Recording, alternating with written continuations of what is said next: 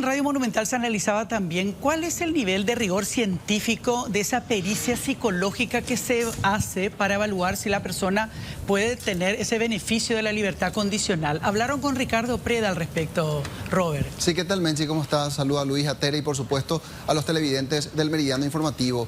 El planteamiento que nos hacíamos en mesa de trabajo en Radio Monumental era conocer más acerca de la metodología aplicada para poder otorgar ese dictamen favorable de un perfil psicológico de una persona condenada por un hecho tan gravoso como abuso sexual infantil. Y no nos imaginábamos cuáles eran los criterios, cuál era la metodología. Incluso no al aire, pero fuera de aire estuvimos consultando con algunos profesionales de la salud mental y nos decían que finalmente esto termina siendo algo estrictamente subjetivo. No hay un método uniforme, depende incluso de qué tipo de escuela psicológica es aquel que aplica el test.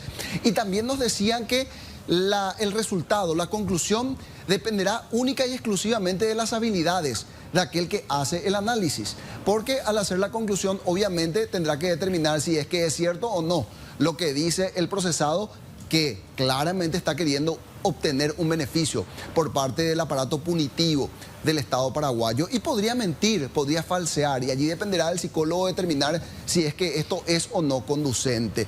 Ricardo Preda, que es abogado penalista, por muchos años antes de ejercer la profesión en el sector privado, trabajó para el Ministerio Público, es un conocedor de la materia, y él hacía una severa crítica al rigor científico que se aplica para poder realizar esos estudios psicológicos. Vamos a escuchar lo que decía precisamente este profesional del derecho. De ella misma.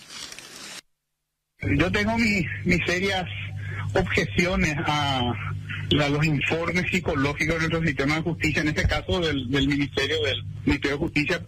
Suelo ver poco rigor científico en los informes, y por lo que me leíste la conclusión, esto tampoco parece que tenga así un rigor. En cualquier análisis técnico o científico, el experto no tiene que decirte nomás cuál es la conclusión, te tiene que decir qué método utilizó, qué le dijo la persona para ver que él, según ese método, concluya eso que te dice ahí que concluyó.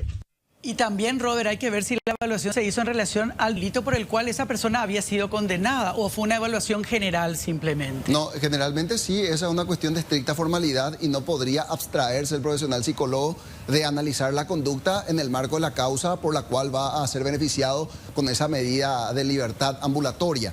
Pero hasta allí lo que hizo el doctor Ricardo Preda fue una valoración juiciosa, lógica del contenido de esa evaluación psicológica.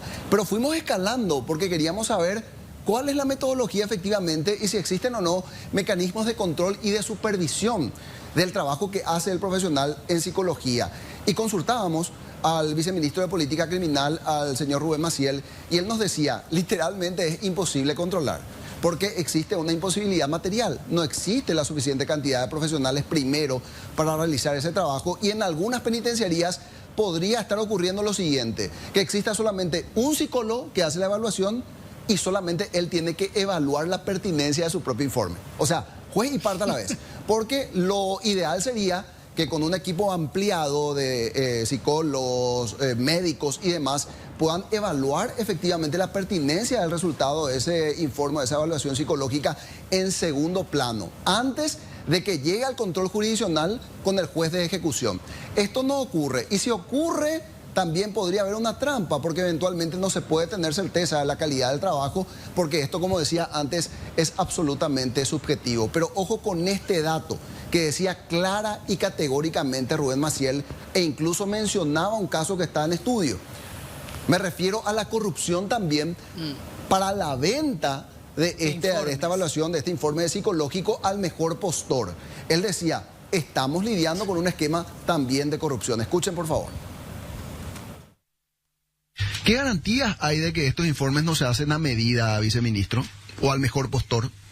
No, y justamente, eso no tenemos nosotros ninguna garantía. Es más, nosotros tenemos casos que ahora está en la Dirección de Asuntos Internacionales, porque conseguimos nosotros evidencia de que un caso concreto de una psicóloga de la penitenciaría de Misiones estaba básicamente, así como estás diciendo, ofertando el resultado de su informe. Esa es la batalla que nosotros tenemos, aparte de la cuestión técnica, hablando de si este test es el adecuado o no, si este enfoque es el adecuado o no, tenemos el otro componente de la corrupción, ¿verdad?